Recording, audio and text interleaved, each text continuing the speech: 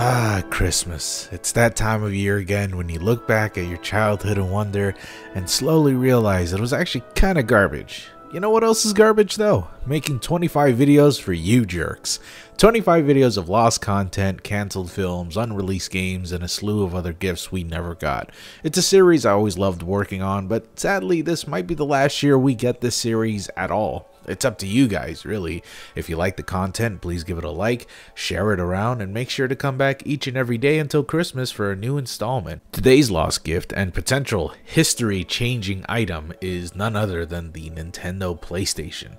Keeping up with the tradition of including a canceled Nintendo peripheral, the Nintendo PlayStation is a legendary console that exists in rumors, legends, and some prototypes only. What's even more legendary and often forgotten when people talk about this is, of course, the legendary disaster deal that happened between Sony and Nintendo that changed gaming history forever. And that's no hyperbole. This failure of a deal somehow led to us getting these games. Seriously. Alright, well, let's stop teasing and get to the bottom of it. First of all, we have our main player, the star of the show, Sony.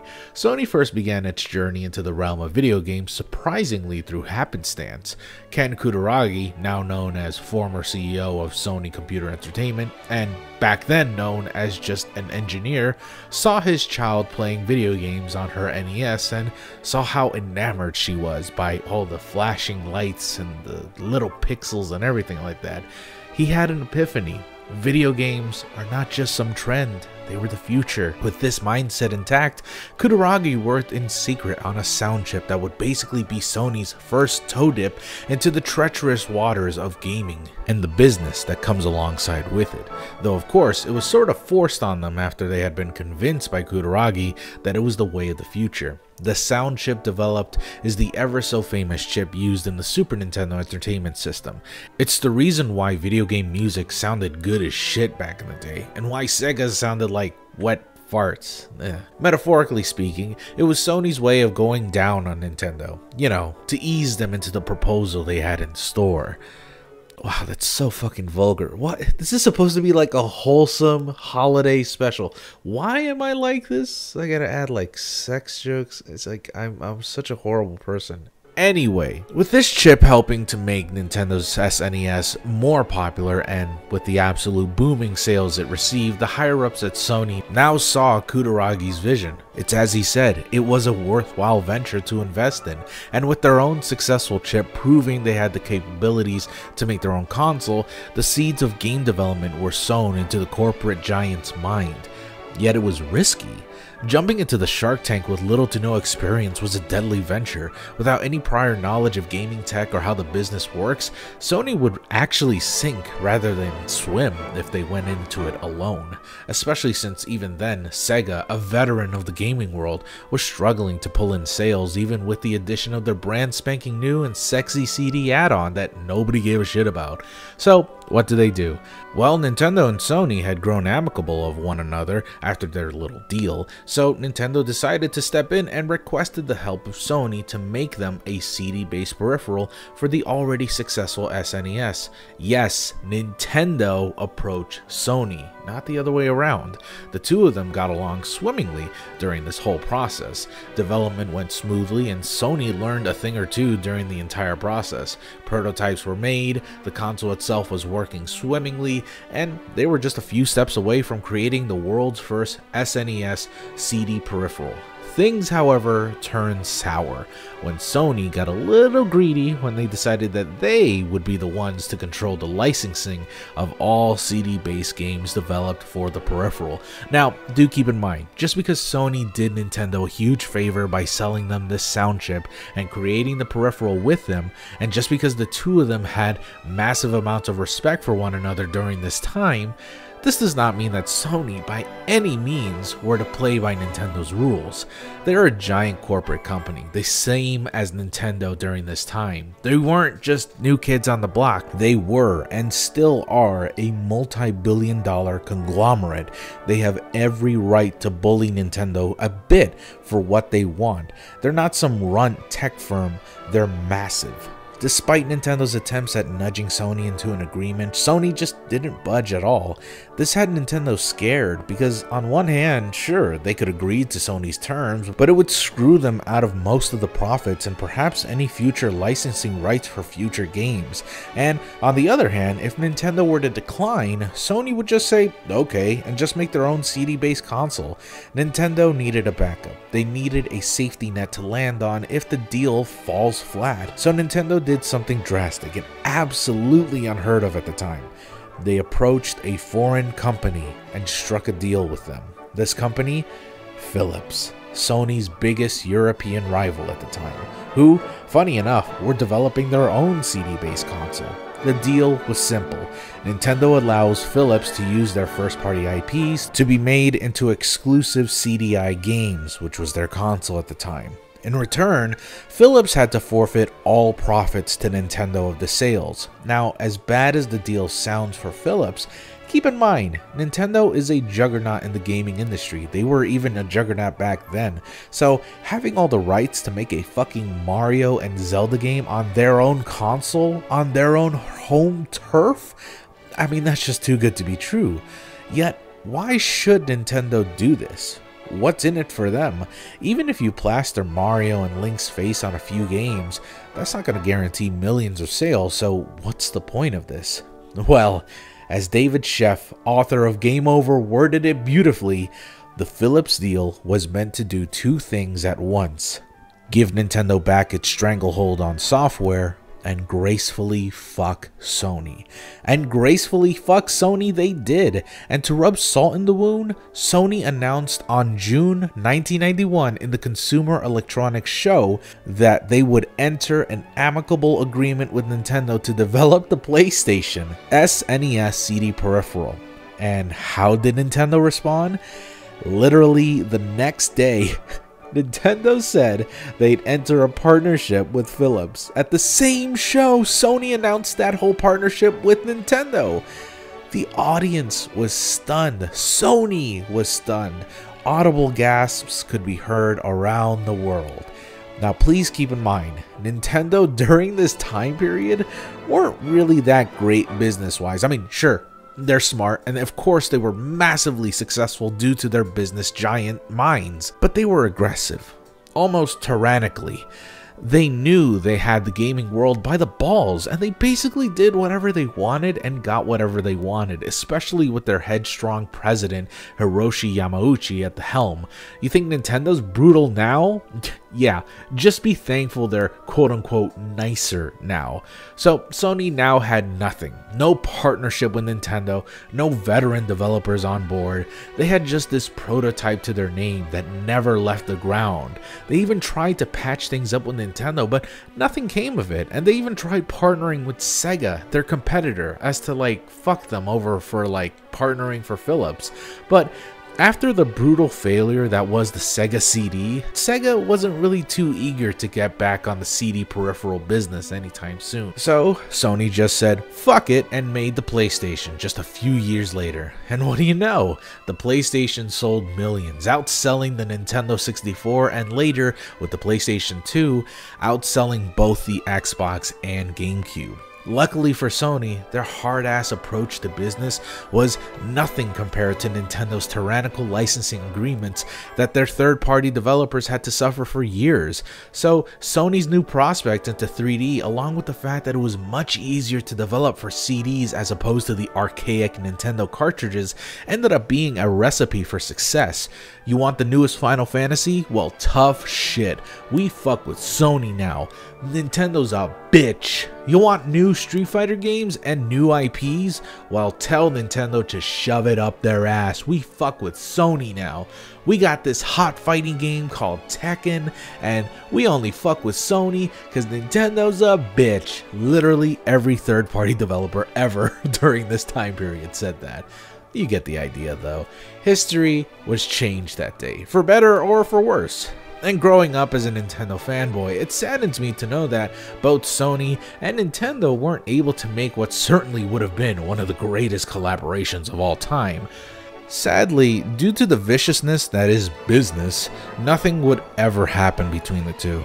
Now, is that for the best? I'd argue, yes, actually, it is for the best.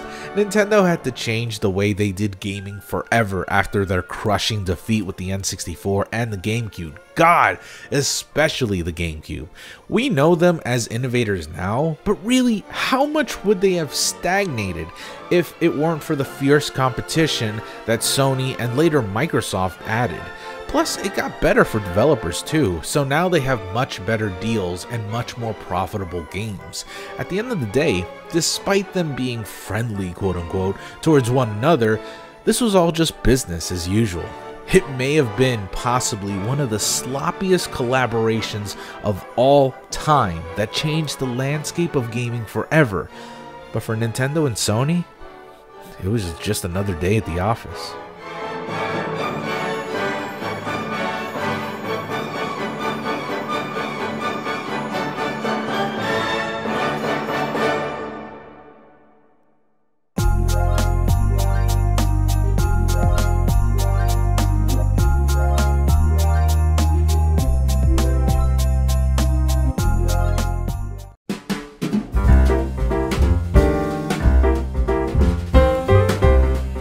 Somebody once told me that Shrek had another voice actor. A voice actor named Farley, Chris Farley to be exact. If you're not familiar with Chris Farley, well, he was a comedian and actor that worked on SNL for a while.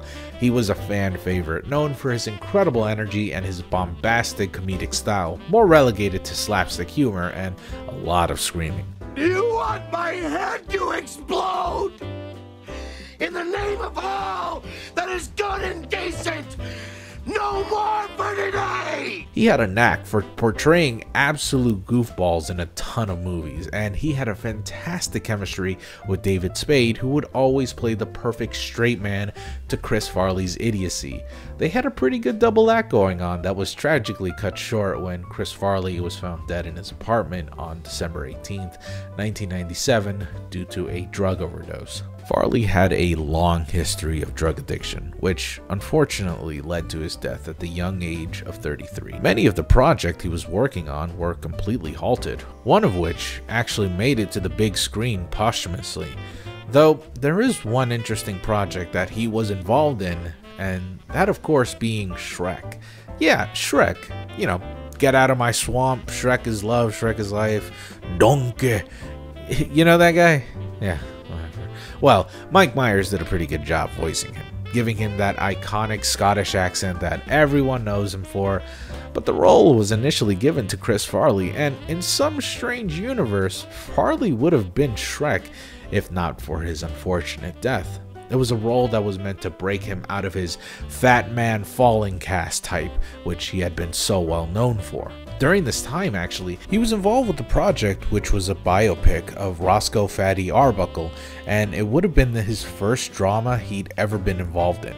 When you look at that and his role in Shrek, you can see that Farley was trying to branch out and be more than just the funny man. Even his role in Shrek was going to be somewhat down to earth and less snarky than Mike Myers' Shrek. This was to reflect Farley's comedy style, and maybe it was out of common courtesy or just a case of ego, but Myers did request the entire film to be rewritten so that he wouldn't be starring in a Chris Farley film where Chris Farley wasn't even in it. As director Andrew Adamson put it, Chris's Shrek and Mike's Shrek are really two completely different characters, as much as Chris and Mike are two completely different people. At this time in production, it was really close to completion, with the project reportedly being only about 85% finished. It was so close to completion that after Farley's passing, the team considered hiring an impersonator to finish the last remaining lines. The only surviving proof that Chris Farley was ever Shrek was this DVD extra that showed an animatic that featured Chris Farley and Donkey, played by Eddie Murphy, both conversing under the moon and stars. You know, that one scene where they kind of like have a heart-to-heart when the princess has to go to sleep. Yeah, that scene. It's a few minutes long, but it really shows just how different this Shrek was compared to Mike's Shrek. There's a very soothing and almost warm quality to Chris's Shrek, making him more of a softie than the very brash and crude Myers Shrek. Hey, nothing like a fire and a noble romantic mission to warm the cockles of your heart. Yeah. I like my cockles room temperature, thank you very much. Hey, if you're not doing this for cockle woman, why are you doing it? Simple. Fartwad gets his princess, I get what I want. Which is? Now come on, what do you want? I don't have time to set it to music. Oh, this is another one of those onion things. No, this is one of those drop it and leave me alone things. Well, why don't you want to talk about it?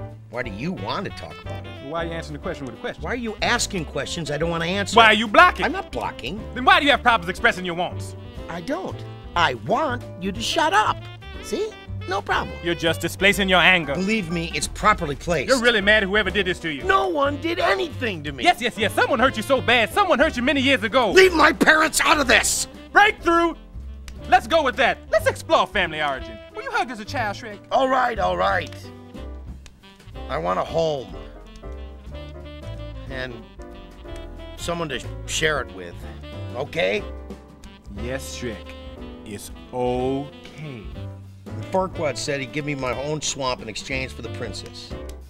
You really think you can trust that Weasley oil rag, don't you? Yeah, right. But now I'm gonna have what he wants. Boy, has he underestimated you. Yeah, he can join the club. People see me and they go, "Ah! Help! A big, stupid, stinky, smelly, ugly ogre! I'm so scared!" They judge me before they even know me. My folks always told me that everyone loves ogres. I see. So, I guess they were a little overprotective. A little? That's why I gotta do this. I want them to know I can take care of myself. You want to make them proud. Yeah. You know what? When we met, I didn't think you was just a big, stupid, ugly ogre. I know. Night, Shrek. Night, Donkey. It's honestly fascinating the difference in characters these two portrayed, despite being the exact same character. Although, as cool as it would be to see what else Chris Farley managed to voice, and perhaps even get more animatics out of a few iconic scenes, it's perhaps out of the respect towards the family that this hasn't been shown to the public. Though, it is worth noting that it was around this time period that Chris was beginning to lose his battle against drugs, and hindsight is 2020, but I can't help but feel that there is a missing energy with this acting. Don't get me wrong, it's great, but really, compare these few minutes with any few minutes of any other Farley film and you'll see what I mean. Or maybe that's just my mind interpreting things that just aren't there. I mean, yeah, it's a somber scene and it's one of the film's biggest lows, so maybe that's just the way he wanted to portray it. Or maybe he really wanted to take his acting career seriously and be more somber and less energetic like he was known for. Who knows? Well, I guess anyone who worked with Farley at the time knows. Andrew Adamson actually recalls back when they were recording with Chris Farley how everybody was just on the floor laughing all the time throughout the entire performance, but there is one notable part where he had to sing the Feeling Groovy song by Simon and Garfunkel. He was supposed to sing it in a very comedic way, but Chris probably wasn't too sure whether or not it was supposed to be comedic or if it was supposed to be a bit somber and sad. So when he sung it, it was much more of a vulnerable side of him that most people don't usually see. He was actually singing it very sadly and through a very somber tone. And people expected that he would have sung it funny because this is a comedy, but apparently everybody in the booth was kind of taken aback by the whole thing. But they were appreciative that he was so vulnerable to them in the first place. It just kind of came out of nowhere to them, and Adamson says that it was just to prove that he really wanted to take his career somewhere else other than to just be funny all the time. Chances are we'll never see the rest of Farley's performance. It'd just take too much time, maybe too much money even, for something that'll quench the thirst of a few curious weirdos that are hunting down this sort of stuff. I just say let it die. We have to honestly accept that what's happened has happened, and that it's just the reality of things. It's sad, yes, of course it is, but remember, Everything that Farley has ever done exists now on multiple outlets, several streaming services, and a few network channels. So we should be happy that Chris Farley left behind so many smiles, so much laughter, and a ton of energy to light up the world 10 times over. Miss you, Farley.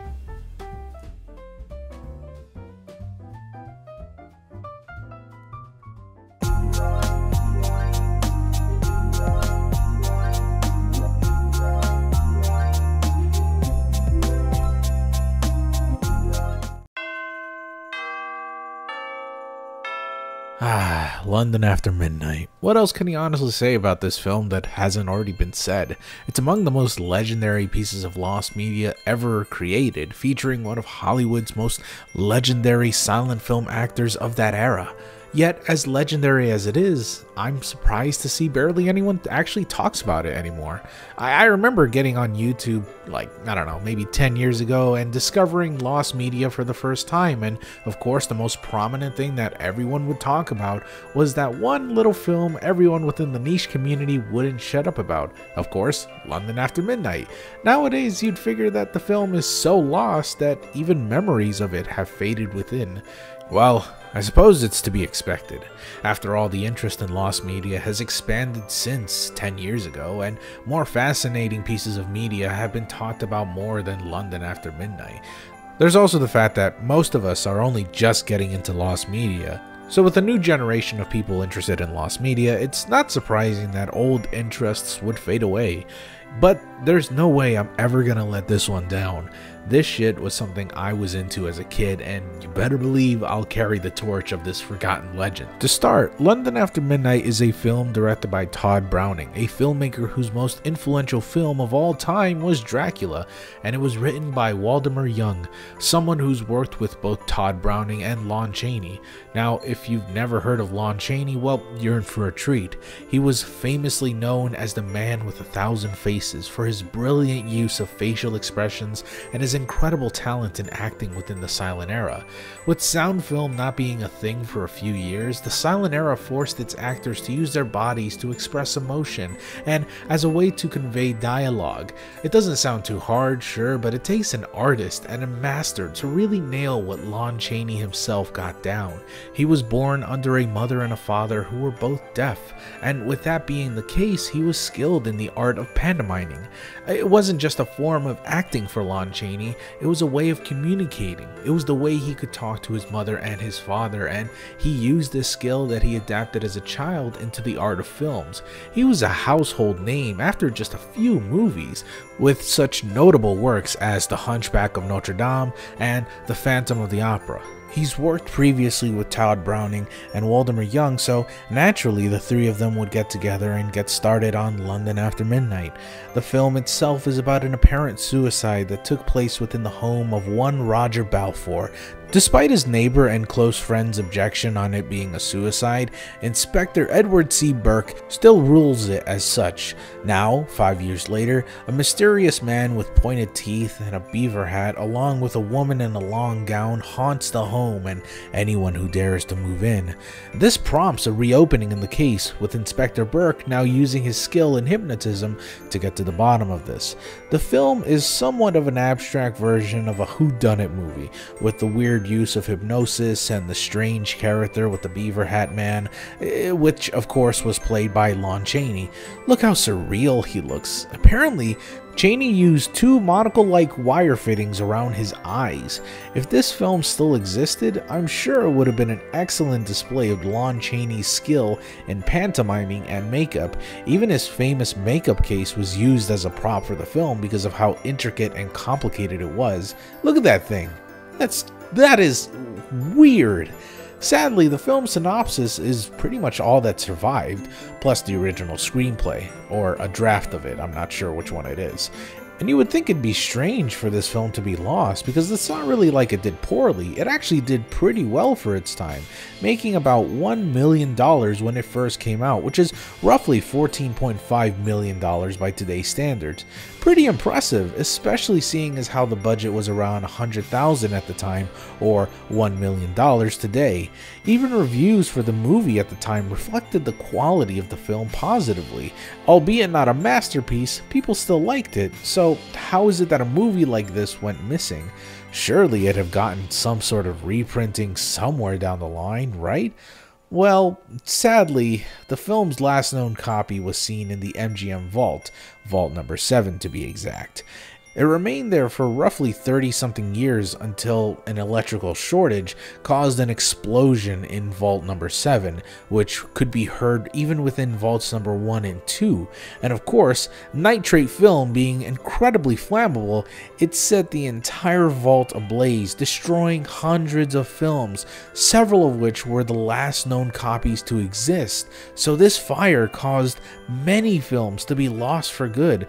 Thankfully, because of the infamous flammability of nitrate film, MGM was pretty prepared for these situations. Sure, yeah, hundreds of films were lost that day, but roughly 68% of their silent films and black and white films still remained, which I know sounds like a pretty low percentage, all things considered, but it's actually the highest percentage out of most film studios. Yes, this has happened multiple times before with notable victims, like Paramount and Warner Movie Studios, both of them being complete wipeouts. So count your lucky stars that MGM had the foresight to protect most of their films with these vaults. But yes, that is not without its short tragedies. There are many films, great films by legendary actors that are missing today because they're just burnt up and gone forever.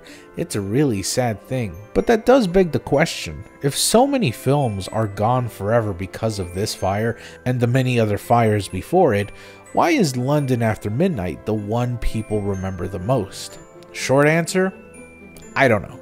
It probably has something to do with the fact that Lon Chaney was a massive star with hit after hit. Learning just one of his films is gone forever must be a real gut punch for any film buff out there. It also doesn't help that seemingly every year someone seems to claim that they've quote-unquote found a copy of London After Midnight, which always leads to disappointment when they can never prove the validity of their claim. Yet these claims always adds to the legend of the film and whether or not it exists out in the wild. Unfortunately, it pains me to say it, but there is a 98% chance that it'll never resurface. I mean, seriously, unless the one person who owns the last copy of London After Midnight lives under a rock, don't expect it to just appear out of nowhere. The status of the film could potentially make whoever owns the film a millionaire for life. It's the holy grail of all lost media, and the search has been going on for decades. Let's face it, it'll never be found, and that's just life, I guess. Well, at the very least, we've got the reconstruction of the film available to us online, which only shows stills from the film and not the actual film itself. These are just production photos and behind-the-scenes photos. These aren't actually stills from the movie itself, or maybe I could be wrong. Maybe some of them actually are. At least it was reconstructed in a way where it's not just still images. It does have some movement, so it doesn't feel too static. Actually, since the screenplay survived, technically anyone can make their own version of London After Midnight. Yeah, it's true. Plus, copyright for the film went public sometime in 2002, so it's totally fine to just remake the film however you see fit. Maybe someday we'll see the film come back to life, but I wouldn't bet on it. It'd be a miracle. Or, potentially, it could just take one very oblivious film collector to let us all know that it exists somewhere out there. Who knows?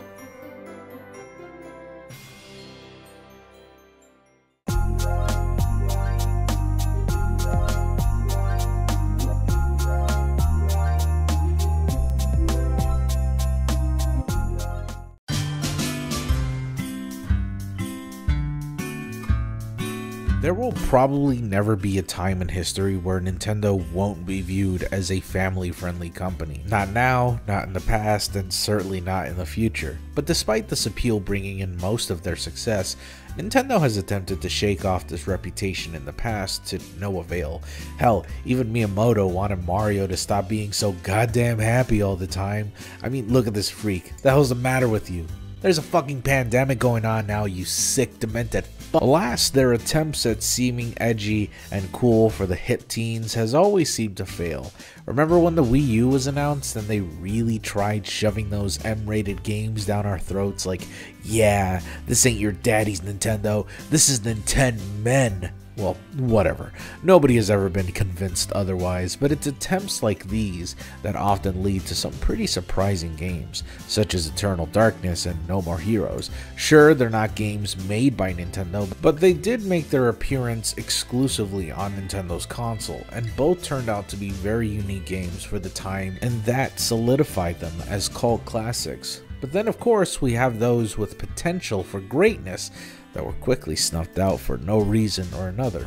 One of my favorite cases being with Project Hammer, a game that was going to be an exclusive first-party M-rated Nintendo action game that was sadly shut down due to incompetence and slight racism on Nintendo's part.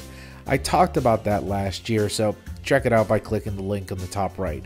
But then there's games like Sadness, a survival horror game which would have come out for Nintendo Wii that almost no one has ever heard of. Seriously, I've never even heard of this game, but it was a game that garnered quite a bit of attention from the public when trailers showed just how it was going to work, and it was going to take advantage of the Wiimote and the design of the game showcasing you how you would feel immersed with the motion controls.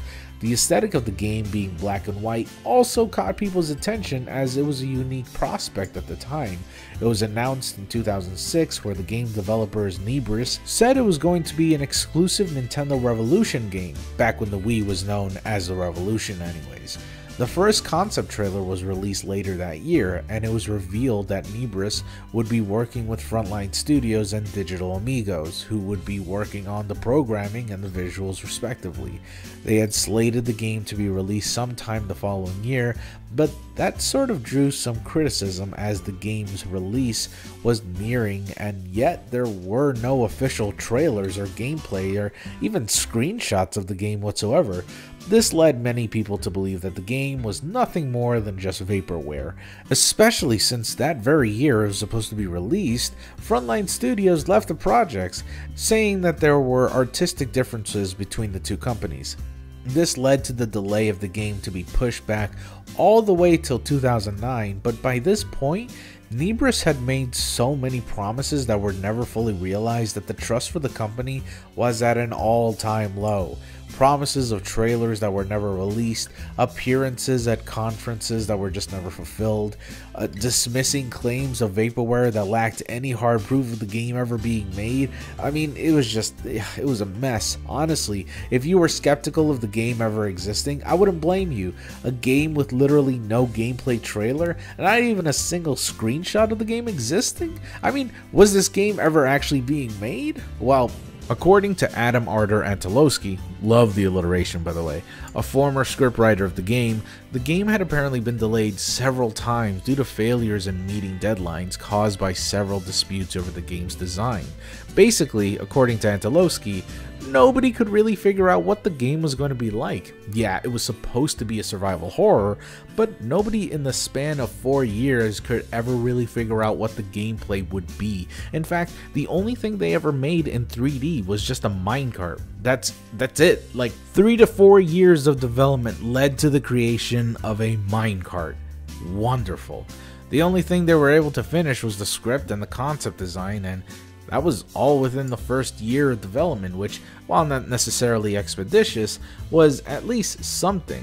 If this were a movie or even a show, that'd be a lot, but this was a video game. There was so much left in production that it's no wonder people call this a public embarrassment. Even the music composer got sick of waiting and released some of his unfinished works to the public just a few months before Nebris dissolved into the European Center of Games as a coordinator. Yeah, the whole development process was a mess and a half.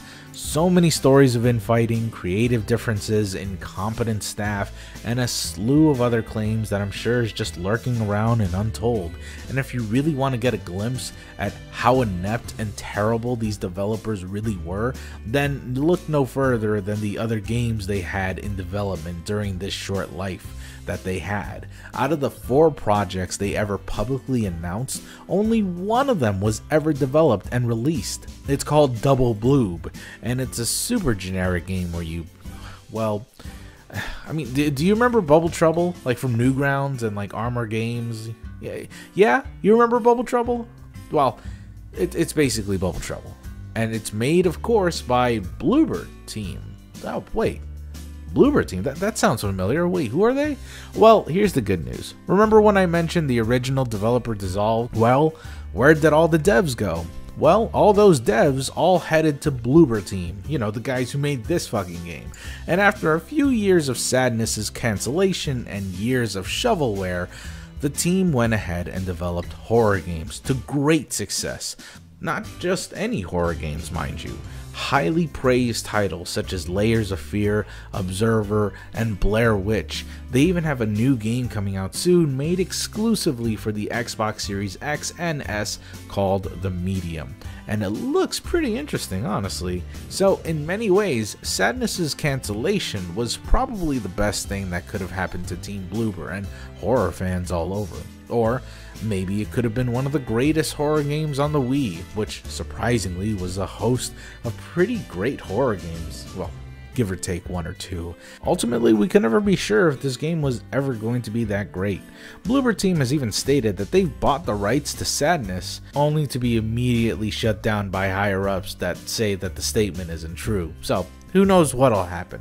Personally, I think I'll just stick with what they've already made instead of hoping for something that might have been garbage. A minecart. Seriously, a 4 years. A minecart. It's so stupid. Oh, Lord.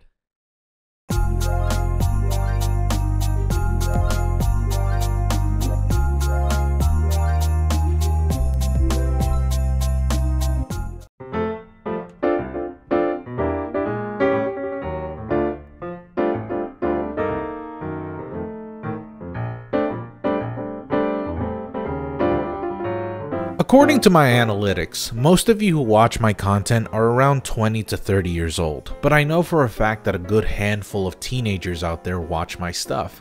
Well, let me tell you guys something that you probably take for granted. That thing you like right now will probably be socially unacceptable in about 10 to 15 years.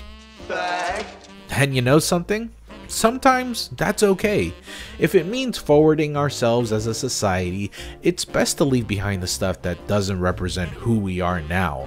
Maybe sometimes we like or make movies that we thought was okay back then, but it's no longer or was ever socially acceptable. Case in point, The Day the Clown Cried, a fascinating film that existed under the wrong circumstances.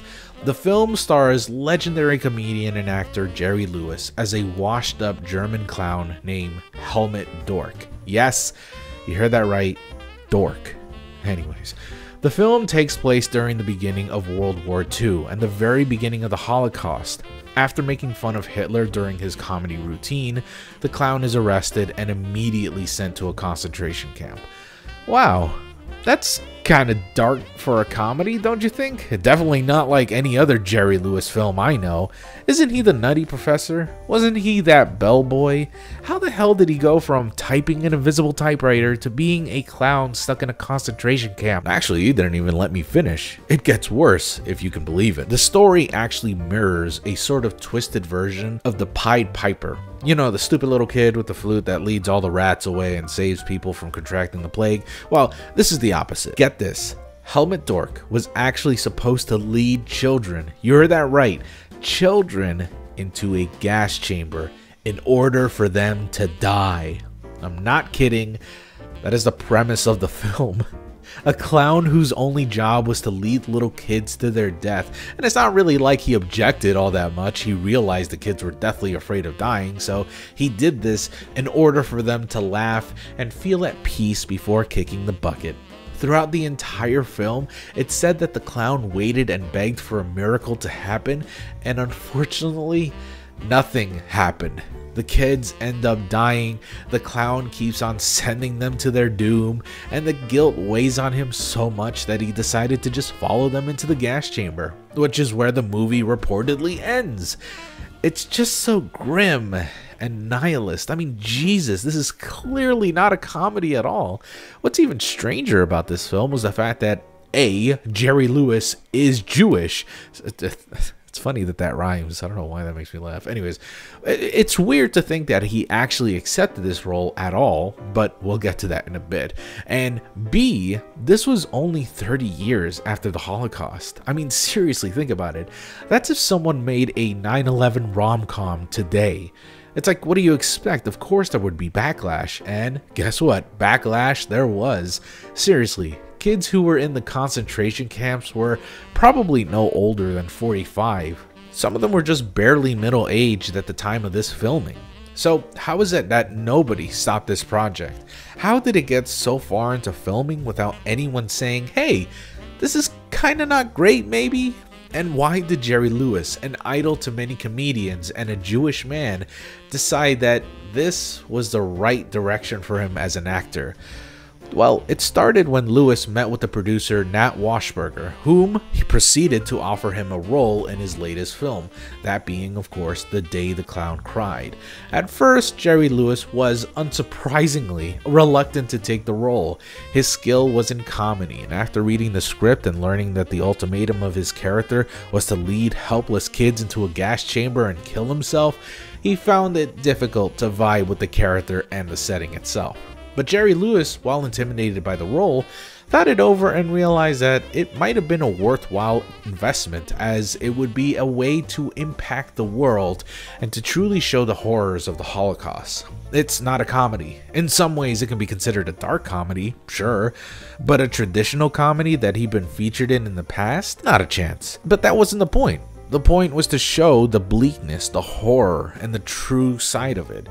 I mean, keep in mind, shows like Hogan's Heroes existed, a show that was about prisoners of war in Nazi Germany, and it made light of the entirety of the war. At the very least, it made Nazis look like stupid buffoons, and sure, but at the cost of portraying the war as if it were nothing at all. The American public was honestly ignorant of the horrors of war, and we only began to wise up around the 60s and 70s during Vietnam. People were also learning that the Holocaust wasn't a joke that some people could just profit off. It was a real tragic event that costed the lives of millions. So it's no wonder that almost immediately after the film's production, people were already judging the casting choice of Jerry Lewis, as he was just known as the slapstick comedian, and people feared he might have made light of a completely serious situation. Yet, Jerry Lewis was incredibly passionate about this project, actually. A lot of people were skeptical of Lewis's intent, some saying that he just wanted an Academy Award because, well, I mean, of course he would get an Academy Award for this, but I really don't believe that personally. I mean, the reason we can't even see the film is because he's embarrassed by it.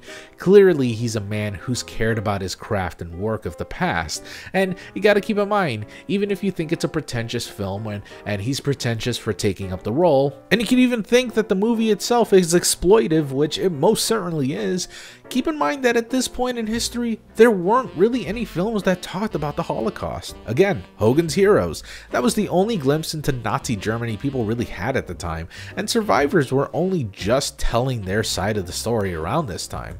It's a huge Hollywood genre now to make films about historical events, whether the stories were fictional or not, but back then, this movie could be considered ahead of its time. With that in mind, why wouldn't Jerry Lewis take the role? He really thought it'd be a prospect worth taking, as it'd never been done before. Plus, he had a producer who said he'd pay for all of it, so how badly could this go? Well, the producer Washburger assured everyone that his company would pay for all the costs of the film, but that ended up being a big fat lie, as he had almost immediately ran out of money, affording only the film equipment and one small paycheck of $5,000 given to the screenplay writer Joanne O'Brien, which actually she should have been given $50,000 and ended up not getting any of that money. The project was screwed from the beginning, but Jerry Lewis decided to pay out of pocket a grand total of $2 million just to finish the shooting of this film. But even then, there were multiple sloppy attempts at filming this. Equipment gone missing, licensing agreements not going through, Jerry Lewis talked shit about Washburger to the press, which was an apparent breach of contract.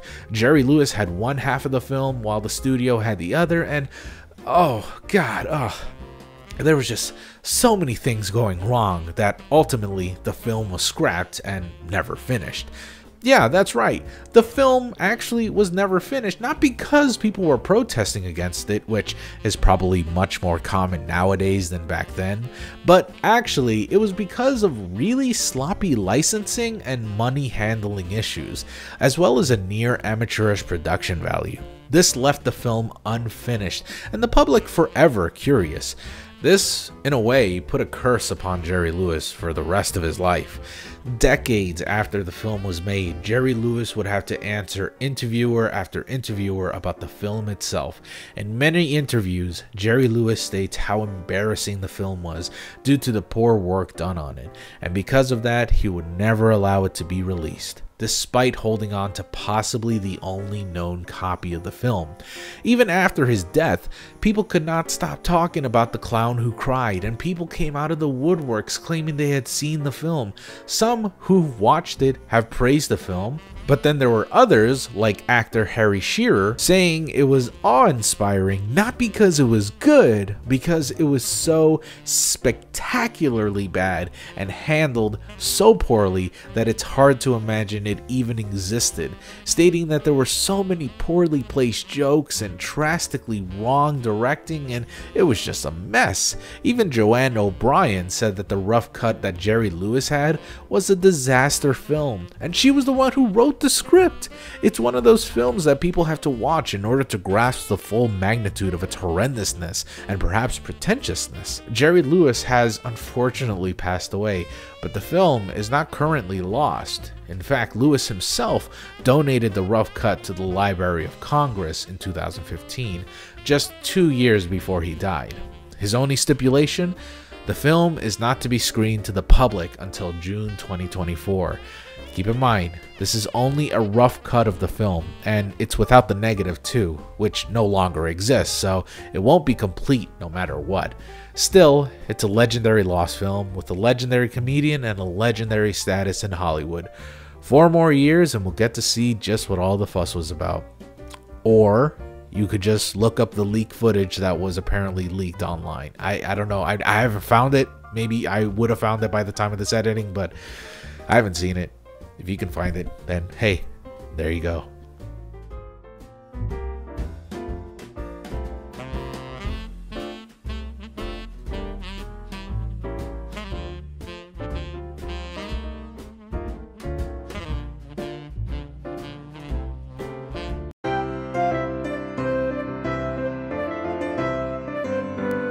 Shadow of the Colossus is a legendary video game which I feel nobody would ever argue against. It's a unanimous claim that seldom anyone has ever argued against. Even with the criticism it has, no one can actually find true fault in the game's design and philosophy. I even remember back when it was first released, there was a lot of criticism over the game's lack of anything to do other than to just slay giant monsters, but as time went on, people embraced the quirk of a seemingly endless open world that made you feel isolated, lonely, and small. So very, very small. The game is loved by pretty much everyone that's ever played it, and even to this day, conversation for the game continues, with new pieces of lore being found by the community, new places to go through, new theorycraft videos, and content made on the game almost weekly. It's a game that's lived rent-free on everyone's mind since the very beginning, but with mysteries still popping up even today, there's one particular mystery that has remained prevalent within the Shadow of the Colossus community, and that of course being the 48 original Colossi. You heard that right, 48 Colossi, as in 48 bosses, as opposed to the 16 bosses you fight in the original game. Holy shit.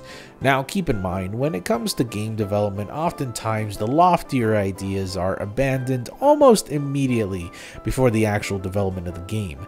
In the pre-planning stages, people come up with the story, art direction, concept art, and of course gameplay ideas. So while it is true at some point in development there were considered to be 48 bosses, this doesn't necessarily mean there ever was plans for them to ever exist, so gradually the number went down from 48 to just 26. Still a lot, but a significant reduction. I mean, keep in mind, 48 would have been a lofty goal even by today's standards, but the game was already pushing the limits of the PS2 as it was, so sizing back the map and the bosses was a smart decision, but the idea of having around 24 bosses, I mean, that's still crazy, but it makes sense when you look at the map. Upon closer inspection, the map definitely has a lot of room for at least 8 to 12 more bosses.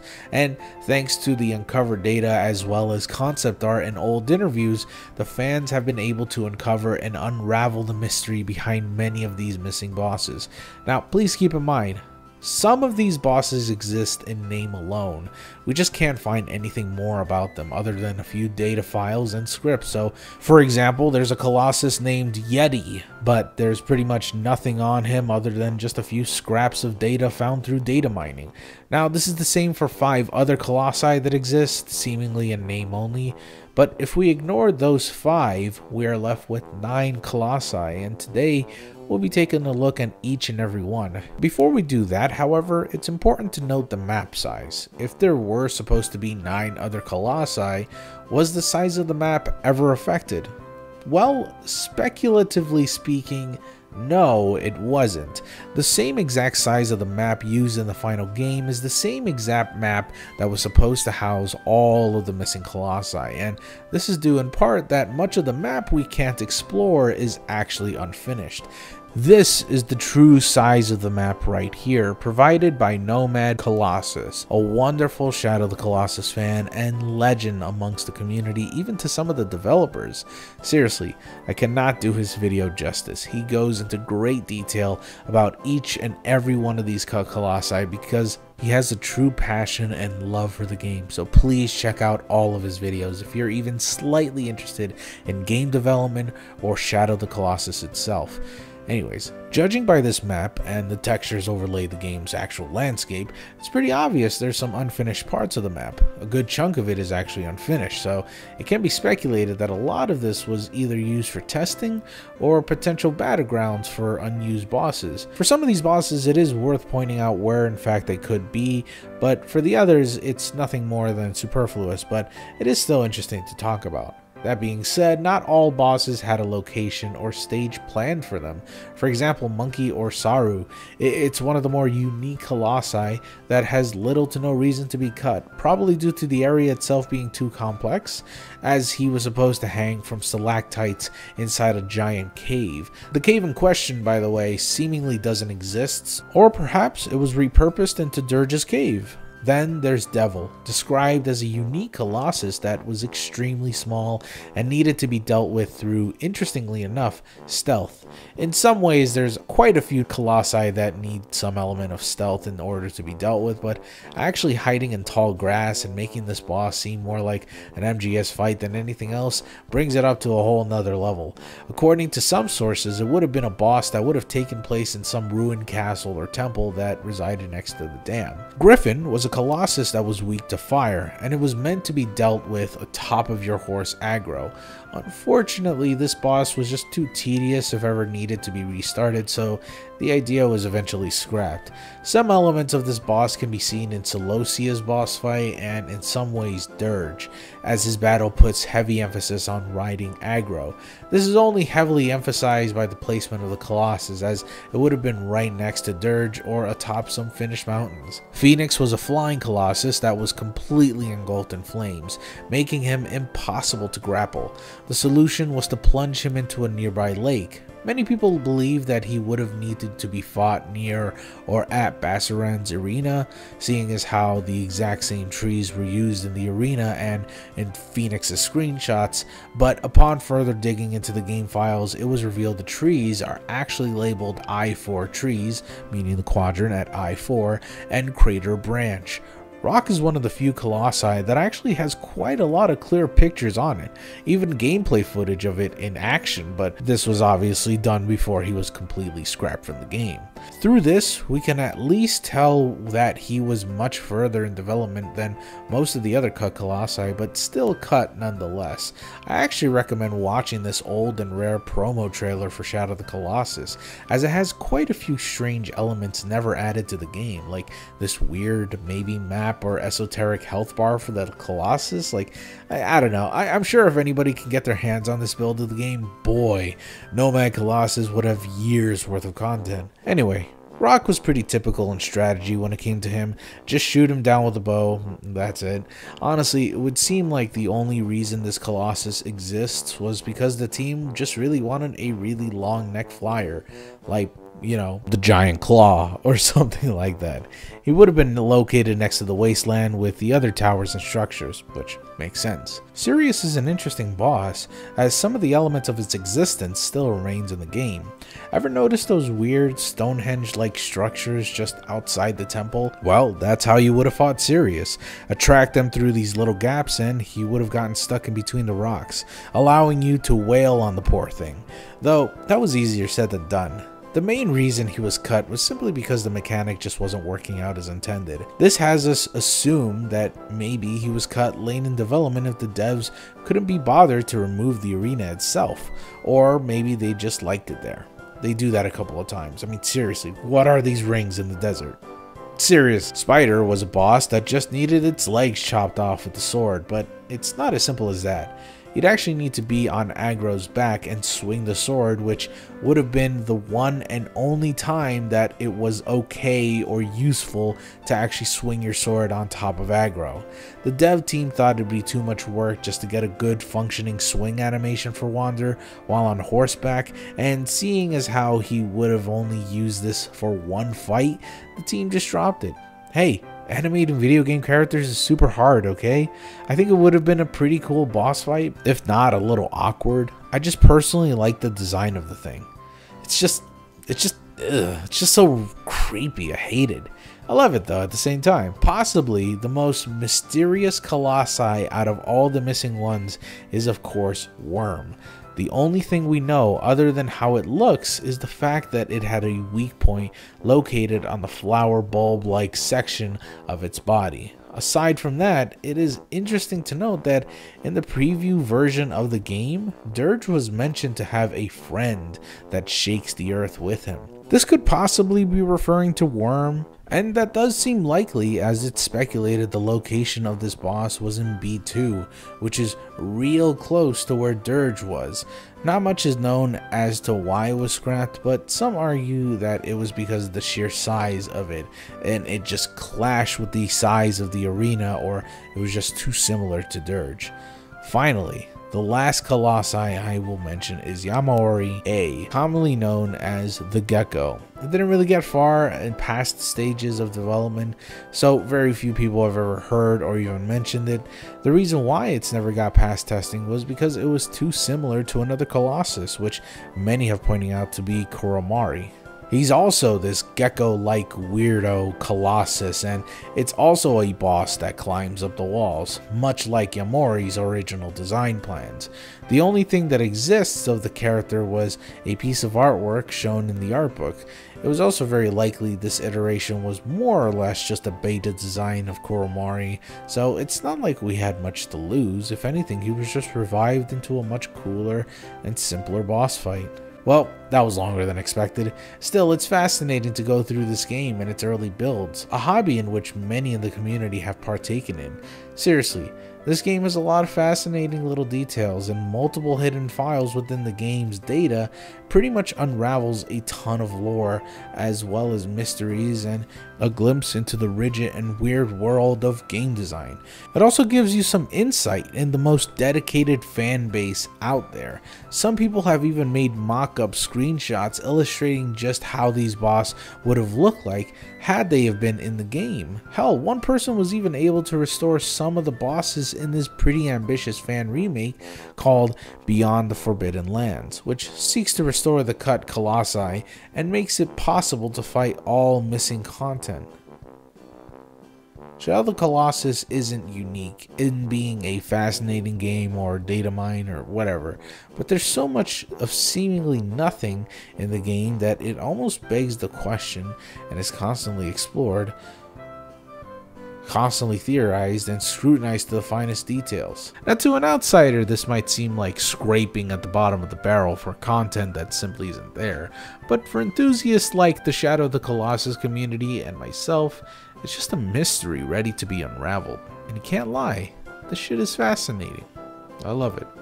And by the way, seriously, consider subscribing and checking out Nomad Colossus. He has mined the fuck out of the game for the past 10 years. Yes, 10 friggin' years. The things he's uncovered alone is what kept the community alive, and he is continuing his research deeper and deeper into the game's files and assets. And while you're at it, check out Max Dara as well. The dude's a massive fan of the game and has some fascinating lore videos on not just the game itself, but other video games, as well as other theory crafting videos. He's incredibly underrated, and I highly recommend you check out some of his stuff. Love you guys a ton. I'll see you in the next one. Bye.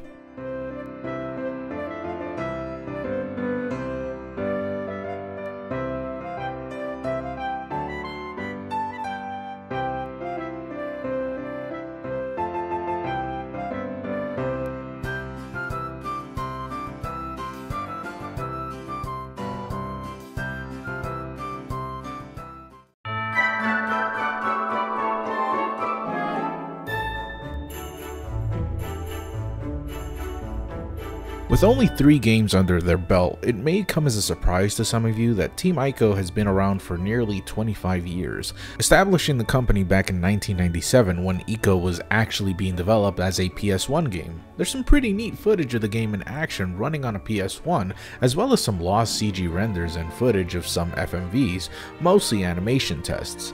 It's really fascinating looking back at the very first game they made and to see how it came to evolve as time went on, eventually being ported to the PS2. Unfortunately, the game was not a commercial success, yet the critical acclaim it acquired more than spoke volumes of its legendary status. It solidified it.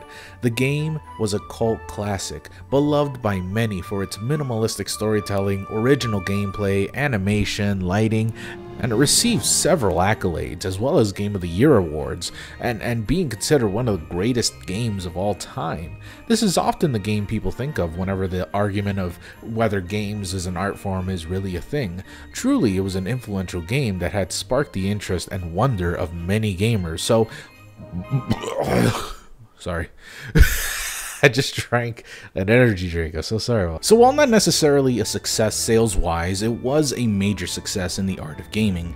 Fast forward about a year after the game's release, Team NICO actually already had plans for the next game they wanted to work on, a game that would soon flesh out to be Shadows of the Colossus.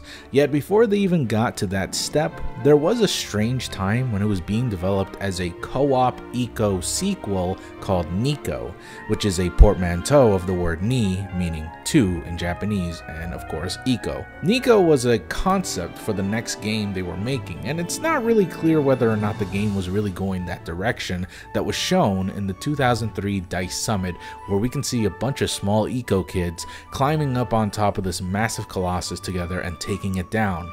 Fumito Ueda, the creator of Ico and Shadows of the Colossus, stated that he never really had any sort of desire to make a direct sequel to Ico, and that the characters shown here were just reused assets from the original game, simply because it was easier to reuse them. That being the case, however, much of the animations used in this game seem to reflect the final animations used in Shadow of the Colossus, so while not using the original models, it would seem that at the very least the animations were near finalized. You can even see the Shrine of Worship in the trailer, just off in the distance, which probably meant that there were some ideas that were finalized. The only difference between this prototype and the final game was that the finalized game was not co-op, and it wasn't a direct NICO sequel. Some may argue that it is, but personally, as I'm sure the games both take place within the same universe, I'd still say whether or not it's a quote-unquote direct sequel is still up for debate. Though as fascinating as the DICE Summit trailer was, the production video that could be seen by those who pre-ordered Shadow of the Colossus also gives us a glimpse of earlier Shadow of the Colossus game, and it seems that they still retain that idea of a possible co-op game, but who's to really say? It still seems to only have one person, which of course was Wander. Some familiar Colossi can even be seen in this trailer, albeit different in design and not really finalized by any means. The UI is also radically different and changes throughout most of the trailer, showing different phases of the game's state. Honestly, I am sort of cheating by including NICO in the Gifts You Never Got series because this did eventually flesh out to be Shadows of the Colossus, but the way these two games play and look are completely different games entirely, as are most games when they are, well, in early development stages. Seriously, a co-op Shadows of the Colossus game. How cool would that have been? The closest thing that comes to mind is, I don't know, Monster Hunter, but even then, that's not really what I'd say a Shadow of the Colossus experience is. But Monster Hunter is something entirely on its own. What if there were a sequel to Shadow of the Colossus, and with game engines being far more powerful nowadays, it'd be pretty epic to have a much bigger, more massive Colossi to fight alongside with some of your buddies. It's really just a dream, and we can't really tell just what the hell Team NICO has in store for us in the future, but one can only dream, right? Well, at least it's not some movie or something like that like Monster Hunter is getting. Ugh, imagine that, would you? A Shadow of the Colossus movie? Made by some like idiot American director and writers that never played the game? Seriously, how shitty would that have been?